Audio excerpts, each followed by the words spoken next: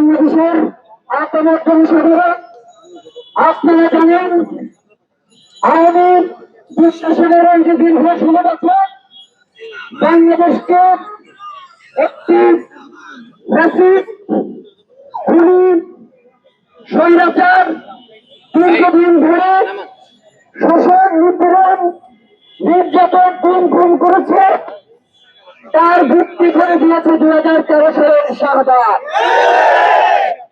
সুতরাং আমরা দেখতে পাচ্ছি নতুন করে শাহবাগের সেই কসাইরা আবার মাথা চাড়া দিয়ে হচ্ছে।